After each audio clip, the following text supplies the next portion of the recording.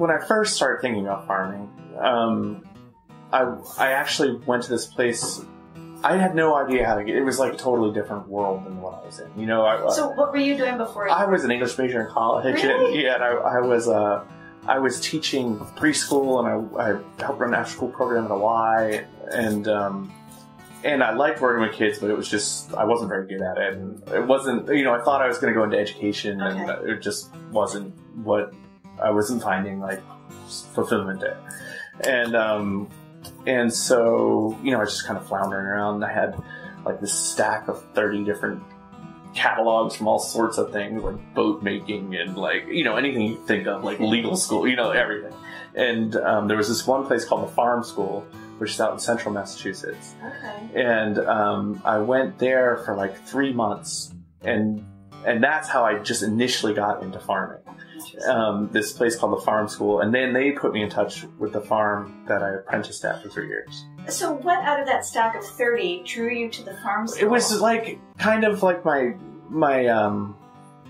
familial history. My grandfather had farmed, and I had nothing was passed down to me. But it was like just something in the back of my mind that my family had done, some romantic idea about it.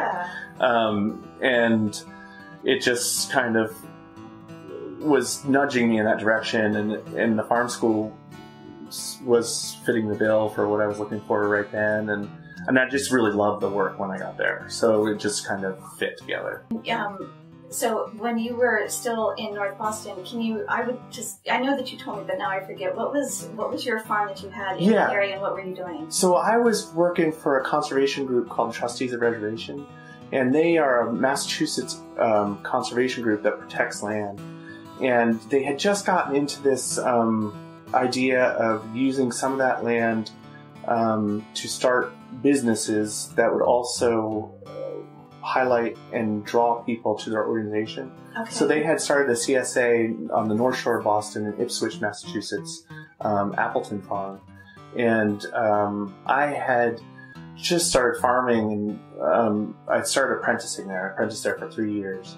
And then my mentors left, and I took over managing that farm, and I managed it for 5 years, which was awesome and wonderful. But working for that conservation group, I was never going to be more than just an employee of theirs, where I started a small family, and we were started to think about long-term future. And so I started looking around for someone who might be interested in more of, open to more of an entrepreneurial relationship with the farmer.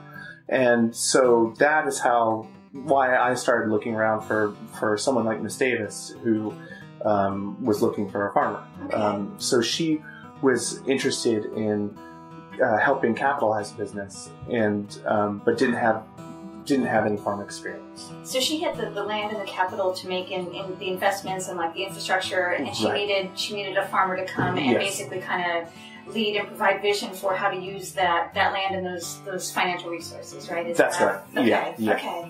Okay. All right.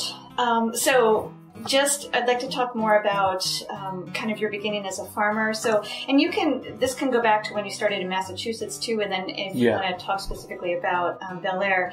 But when you were developing the farm, did you use any business planning tools, or just kind of how did you start that process?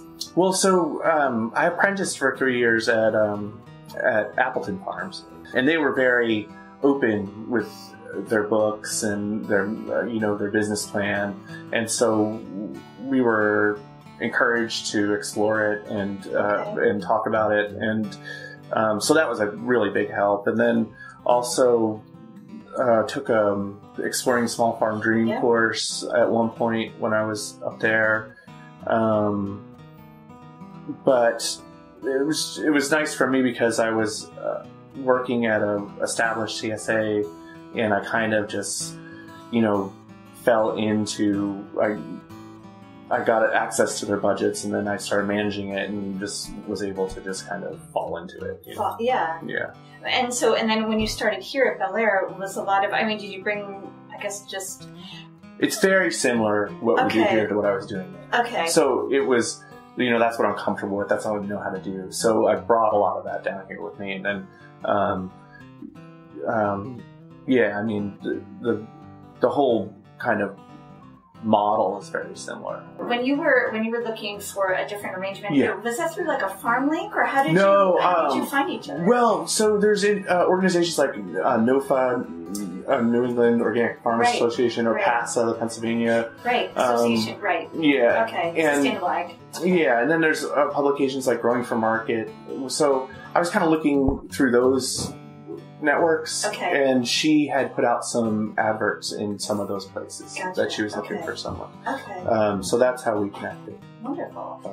When you were saying, what was helpful for a beginning farmer, for me it was like just a window into that world. Like I couldn't. What I would have, now knowing what I know, I would have just apprenticed them. Because that's the best experience you can get. But I just didn't even know how to get a hold of a farm or talk. Is it okay to talk to a farmer? So that was the way my entry was through this farm school. But you could just volunteer at a farm or find a farm that's like kind of doing what you think you want to be doing and see if you can apprentice there. But it does take you're not going to make much money when you're apprenticing. So, you're going to have to realize that there's going to be some years where, and, obviously there's going to be a lot of years where you're not making a lot of money. But you're going to make a living wage for a couple of years. Yeah.